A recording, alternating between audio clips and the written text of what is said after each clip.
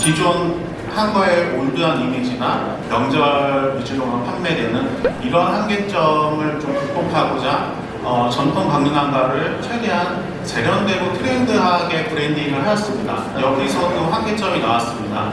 타 업체에서도 동일하게 시간과 자원을 투자한다면 이런 브랜드를 만들 수 있다고 했고, 여기서 보면은 과연 그러면 선명한 다음 우리만의 색깔이 무엇일까를 기점으로 생각을 하게 되었고, 이번 사업을 통해서 큰 꼭지로 헤리티지, 신규 브랜딩, 패키지 디자인, 콘텐츠 마케팅 사업을 진행을 하게 되었습니다.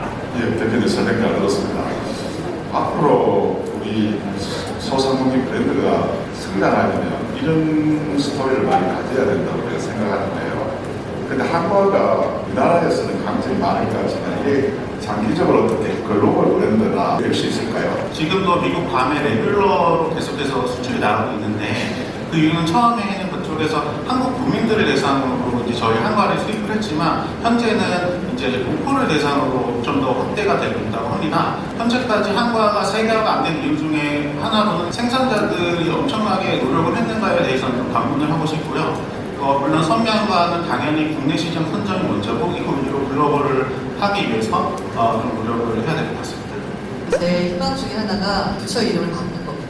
우리는 더 이상 중간 사이즈거나 작은 사이즈가 아니라 대한민국 미래 경제를 견인한, 그리고 혁신을 선도할 그런 기업들이 모여있는 부처다. 그래서 미래 성장 기업부라든가 혁신 기업부 등등으로, 그래서 내년에는 꼭 부처명을 바꿔서 스타벅스를 넘어서는 글로벌 기업으로 다 나아가게 하려고 하고 있습니다.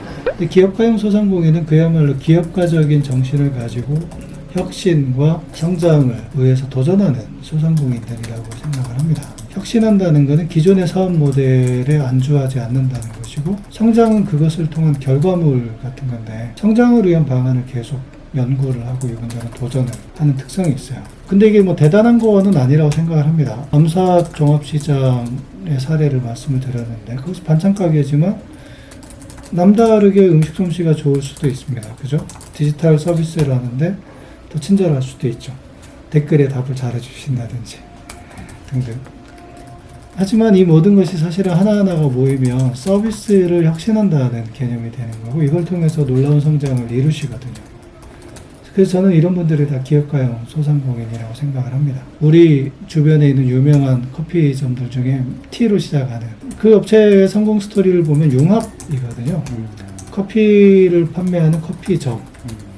그런데 원두를 나의 스타일로 뽑고 취향에 맞게 다양하게 제공하는 제조의 개념을 도입을 하거든요. 소상공인의 서비스하고 제조가 융합이 되면 훨씬 더 창의적인 영역을 만들어낼 수가 있고, 더 많은 소비자를 확보할 수가 있는 거죠. 이런 사례들이 우리 주변에 적지가 않죠. 소상공인 점포 컨설팅도 많이 해주시는 유명한 그 연예인급의 선생님 같은 경우에도 소상공인 같은 영역이시지만 계속 혁신하시잖아요. 사업 모델도 여러 가지를 만드시고, 그러면서 컨설팅이라든지 이런 걸 통해서 사회봉사활동 내지는 재능기부 활동도 하시고, 외국에도 사실 이런 사례들은 있죠. 승리의 여신으로 표현되는 네, 그때 신발 가게에서 시작을 했다고 그래요. 사실은 우리가 소상공인을 볼 때 이분들은 여기까지가 이분들의 사업 영역이다라고 많이 인식을 하는데, 그렇게 제한을 할 필요가 없다고 생각을 해요. 그래서 이런 분들한테 혁신할 수 있는 기회를 드리고 성장할 수 있다는 것을 말씀드리면 스스로 커져 나가시거든요. 이런 분들이 많아지면 사실은 우리가 소상공인 부문에서도 혁신 성장이 가능하다고 보는 거고요. 저희가 로컬 크리에이터를 요즘 많이 강조를 하고 있는데, 이 로컬 크리에이터들이 하시는 분들 보면 다른 소상공인 업체와의 연대, 그 다음에 문화나 이런 쪽의 종사자들과의 연대를 통해서 같이 성장해 나가시거든요. 그리고 같이 지역의 명물들을 만들어 나가시고, 이런 분들이 크고 작은 영역에서 다 기업가용 소상공인이라고 생각을 합니다. 이런 분들을 많이 찾아내서 육성하고자 하는 것입니다. 소상공인에 대한 투자를 늘리겠다고 하셨는데, 실제 투자 사례가 있는지, 구체적인 도입 방안도 말씀 부탁드립니다. 이 부분을 말씀을 드리게 되면 좀 의아해 하시는 분들이 많아요. 소상공인들은 보통 개인 사업자고 주식이라든지 이런 지분 형태로 가지고 있지 않은 경우들이 많은데 어떻게 투자가 가능하지? 굉장히 자연스러운 질문이라고 생각을 합니다. 그런데 소상공인들이 성장을 하게 되면 성장 초기 단계하고 그 다음에 나중에 커져가는 단계에서 나눠볼 수 있는데, 커져가는 단계는 벤처의 성장 모형하고 크게 다르지가 않아요. 일단은 개인 회사로는 큰 성장을 계속해 나가기가 어렵기 때문에 2단계에서 지분을 가진, 주식을 가진 주식회사로서의 전환, 이런 형태들이 일어나게 되거든요. 그럼 투자가 불가능한 건 아니죠. 정책적으로 고민하는 부분은 초기 개인 사업자인 단계에 어떻게 특별한 혁신을 목표로 하는 자본이 들어갈 수가 있느냐. 더 쉽게 말씀드리면 아이디어를 가진 소상공인이 있을 때 이분들이 그 사업을 어떻게 구체화하고 그걸 통해서 성장할 수 있도록 하는 자본들이 결합해서 할 수 있게 하느냐가 한 가지의 과제이고, 또 하나는 아까 말씀드린 두 번째 단계, 개인 사업자에서 법인으로 전환할 때 기존에 투자했던 분들의 지분을 얼마만큼 인정해 줄 것이냐, 이런 과제들이 좀 구체화될 수 있는데, 첫 번째는 비교적 많은 것들이 이루어져 있어요. 크라우드 펀딩이 있죠.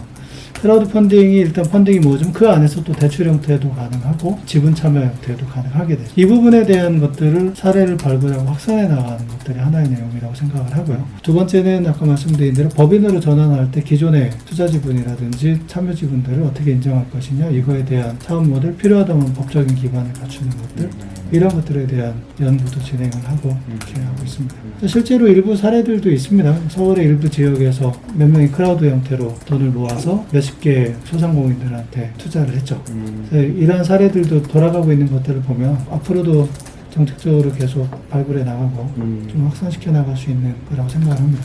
제가 이제 미국에 가서 프랜차이즈 CEO분 인터뷰를 했는데 매장이 한 150개 정도 되는데 그 중에 30개 정도씩 하는 메가 프랜차이즈가 2명이 있대요. 가맹점주 중에. 이분들을 어떻게 만나게 됐냐 했더니 은행에서 소개를 해줬다고 하더라고요. 네. 미국은 민간에서 그런 메가 프랜차이즈에 투자하고 IB 산업에서도 분들을 이제 다른 프랜차이즈랑 연결해주고 소개해주고 사모펀드들도 메가 프랜차이즈에 투자하고, 그래서 그분들이 상장도 하시더라고요. 제일 많이 운영하는 메가 프랜차이즈는 다른 가맹점들 여러 개 모아서 한 2,000개 넘게 운영하는 것도 있고, 그러니까 우리나라는 아직 공공 분야에서 좀 먼저 생태계를 좀 만들려고 하는 것 같은데 미국은 이미 이제 민간에서 그게 자연스럽게 좀 동작하고 있는 상황인 것 같아서 그런 게 좀 참고가 되면 좋을 것 같다는 생각이 드네요. 굉장히 좋은 말씀과 사례를 이야기하셨고요. 은행의 역할에 대해서는 참 많은 논의가 있어요. 지금 말씀하신 대로 IB라고 하는 은행들은 좀 더 역동적인 형태거든요. 기업을 많이 좀 더 적극적으로 살펴보죠. 보통 사업 모델에서 매출이 얼마고 수익이 얼마고 몇 년 동안 어떤 성과를 보여왔고 이거에 기반해서 얼마의 대출을 해줄 수 있다가 아니라 그동안에 가지고 있는 사업 모델을 살펴보니까 산업 내에서 어느 정도의 전망성이 있고, 따라서 우리 은행은 당신한테 얼마만큼의 대출을 해줄 수 있겠다. 미래를 좀 가능성이 베팅하는 거죠. 그런 거죠. 네. 예. 그런 면에서 그런 투자은행들의 사례가 있고, 우리도 이제 그런 영역들이 넓어지고 있어서 다행스럽다고 생각을 하고요. 정책금융에서도 그런 부분을 할 수 있는 부분이 있고 없는 부분들이 있는데 하나씩 제도들이 보완되고 있으니까 그런 부분들이 커질 거라고 기대를 합니다. 상권 기획자라는 단어도 좀 생소하고 좀 참신한 느낌도 있는데요. 로컬 상권을 키우겠다. 좀 자세히 소개해 주시면요. 일단 소상공인이 아까 말씀드린 대로 660만, 670만 그렇게 숫자들이 왔다 갔다 하긴 하는데요. 이분들을 다 키우겠다, 정부가. 그렇게 하는 건 사실은 좀 어려운 부분이 있다고 생각을 해요. 좀 불가능한 부분이죠. 잘할 수 있는 사례들을 만들어내고 그게 확산되게 하자는 것이 큰 취지인데, 그 중에 중요한 역할을 하는 부분들이 전문가들이거든요. 근데 이분들은 사업가적인 마인드도 있고 다른 사업체를 키울 수 있는 마음도 있고, 그 다음에 우리 지역에 있어서 장점과 단점, 다른 지역과 연계할 때, 비교할 때 어떻게 나가야 되는지, 우리 지역 내에서 가장 우수한 이런 상권 활성화에 있어서의 자원 내지는 재원은 무엇인지, 이런 것들을 좀 잘 알고 있는 분들이라고 생각을 해요. 이런 민간 기획자들을 많이 가지고 있을수록 지역 상권을 활성화하고 또 기업가형 소상공인을 육성하겠다는 차원에서 더 좋은 성과가 있을 거라고 생각합니다. 마치 뭐냐면 또 벤처기업 육성에 있어서, 보통 우리가 스타트업이라고 하는 데 있어서 기존의 창업보육센터가 못했던 것들을 지금은 악셀러레이터라고 부르는 분들이 하고 있거든요. 창업기획자라고 부르는데, 이분들이 하는 역할을 보면 유망한 분들을 발굴해내고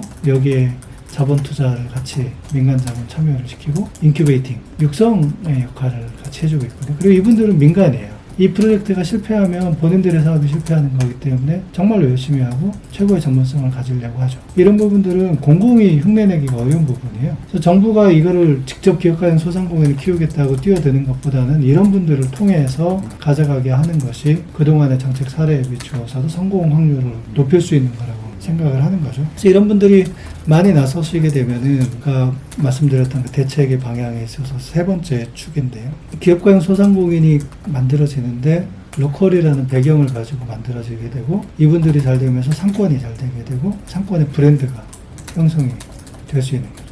그러면 인지도가 높아지니까 이쪽에 수요하고 소비가 더 몰리게 되고 얘가 정말로 활성화될 수 있는 그런 결과를 가져올 수 있는 거거든요. 로컬 상권의 육성, 로컬 브랜드의 육성 이런 걸 할 때 이분들의 역할이 굉장히 중요하다는 것이죠. 이분들이 오시게 되면 우리 상권을 어떻게 발전시킬지 아까 말씀드린 투자 재원을 어떻게 만들어낼지 그 다음에 이런 데 있어서 지역 지자체하고 협업하면서 어떻게 이 상권을 설계를 해서 살려낼지를 민관을 같이 가교 역할을 하면서 좀 큰 역할을 하실 수 있을 거라고 기대를 합니다.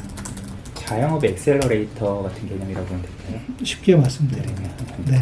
아침에 강한 소상공인 파이널 오디션 저도 이제 보고 왔는데 되게 아까 말씀하신 거랑 좀 취지가 비슷한 것 같더라고요. 기업가용 소상공인 분들이 이제 아이디어를 발표하고 투자자분들이 이제 심의를 하고 그런 게 인상적이었는데 이렇게 사업을 이제 주최하시게 된 취지와 앞으로 계획 좀 여쭤볼게요.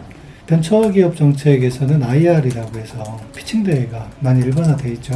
그 중에는 이제 CLS하게 정말 투자를 받기 위해서 하는 약간 비공개 형태의 IR도 있고 창업 오디션 형태의 IR도 있게 되는데 오늘 아침에 보셨던 건 이제 공개된 오디션 형태의 IR이죠. 강한 소상공인, 기업가용 소상공인 육성 정책을 준비하면서 그런 IR 피칭 대회 오디션이 소상공인 영역에게 또 가능하다라고 생각을 해서 시범적으로 초기 형태 라고 저희는 보고 있고요.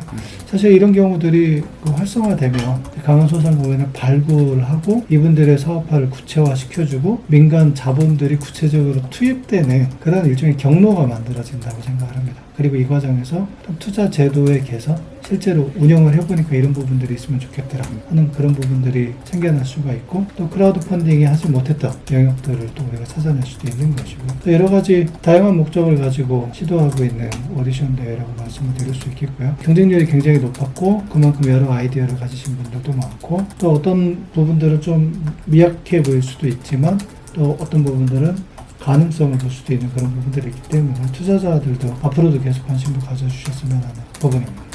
마지막으로 좀 강조하시고 싶은 말씀 있으실까요? 소상공인 정책을 이야기할 때 여러 가지 사정이 어렵기 때문에 지원이 필요하다, 여러 가지 저금리 대출이 필요하다 그런 부분들은 정부가 정책적으로 계속 노력하고 보완해야 될 그런 부분들이지만 경제정책으로서의 소상공인 정책을 이야기할 때는 성공 사례를 만들고 그걸 통해서 나라 경제가 부강해질 수 있는 그런 모멘텀도 같이 만들어야 된다고 생각을 합니다. 그렇다면 이 기업가용 소상공인을 육성하고 브랜드가 있는 로컬 상권을 키우겠다는 이 부분이 굉장히 경제적인 관점에서 중요한 정책이라고 보고요. 그야말로 소상공인을 경제정책의 핵심적인 주역으로서 키워나가는 그런 부분이라고 생각을 합니다. 정부도 많이 노력을 하겠습니다. 소상공인들도 관심을 가져주시고 다른 민간 자본 영역에서도 관심을 가져주시길 부탁을 드립니다.